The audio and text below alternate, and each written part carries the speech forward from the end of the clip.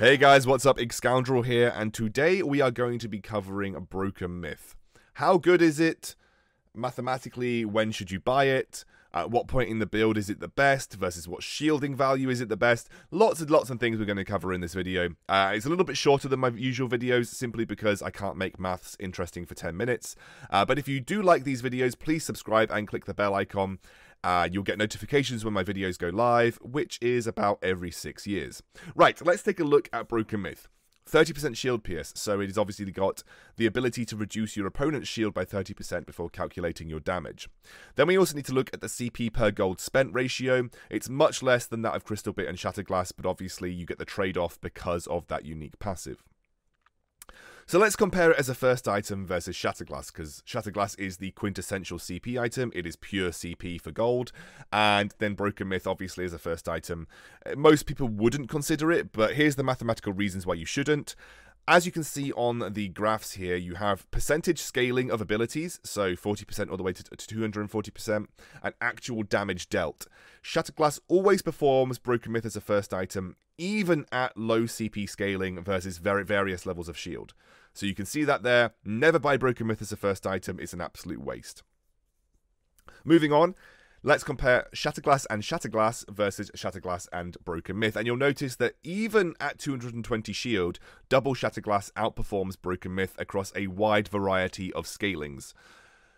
But that is not the full picture. Broken Myth can be a situational second item, but in inverted commas, more CP is strictly better.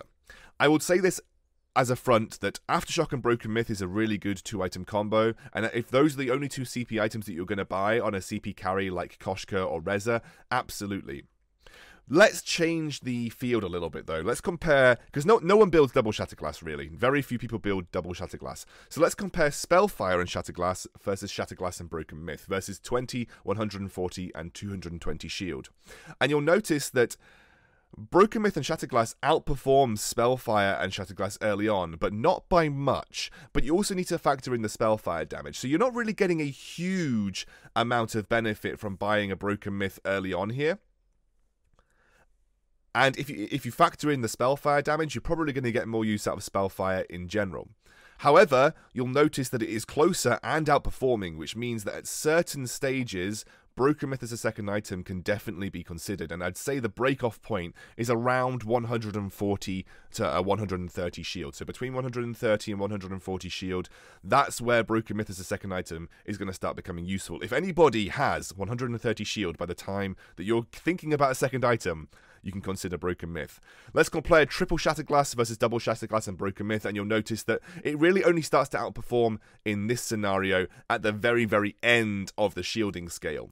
But obviously no one builds triple Shatterglass because you miss out on so much utility like Clockwork and things, which we can't really calculate in this video because Clockwork affects all of the abilities individually and it would be too difficult to calculate. So let's have a look at what Broken Myth actually does in terms of damage reduction. So I have 150 armor and shield, or my opponent does. Then I apply Broken Myth, which takes it down to about 105. You'll notice that you get about a 9% damage increase. So, or rather, they get 9% less damage reduction.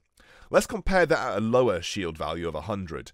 I get the 30% damage reduction, which takes it down to about 70. And then that's going to give me, well, not very much, about a 5.5, 6% damage reduction. So at the lower values, you see that it really doesn't do as much for you. But you might think, oh, well, the more shield they've got, the better, right? Because that means Broken Myth's going to get more effectiveness.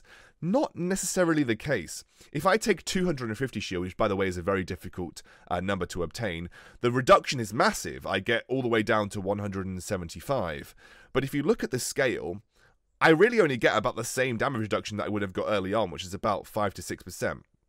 So if you take this graph and you take the Broken Myth effect, we can call it, you're really going to get the most effectiveness out of Broken Myth in this middle area. Between 100 and 200 shield is where Broken Myth is going to have its prime effect. If it's too far up the scale, you're going to get less effectiveness out of Broken Myth anyway. And if it's too far down the scale, you're not going to get as much effectiveness out of it either. So between 100 and 200 shield is where Broken Myth is going to have the most effectiveness in the game. So we can draw some very quick conclusions from this. Broken Myth is a good third item in most situations, depending on what you want from your CP carry.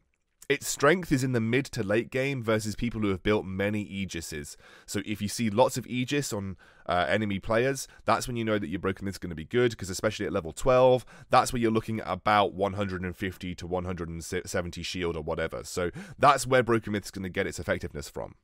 It still is as good as a second item with a low CP scaling hero and Aftershock. And actually you can consider it as a second item if people have built shield very early on versus you.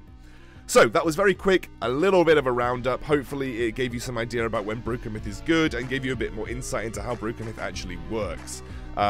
It is not always super necessary to buy it, but it will definitely increase your damage in the mid game if you do. See you soon.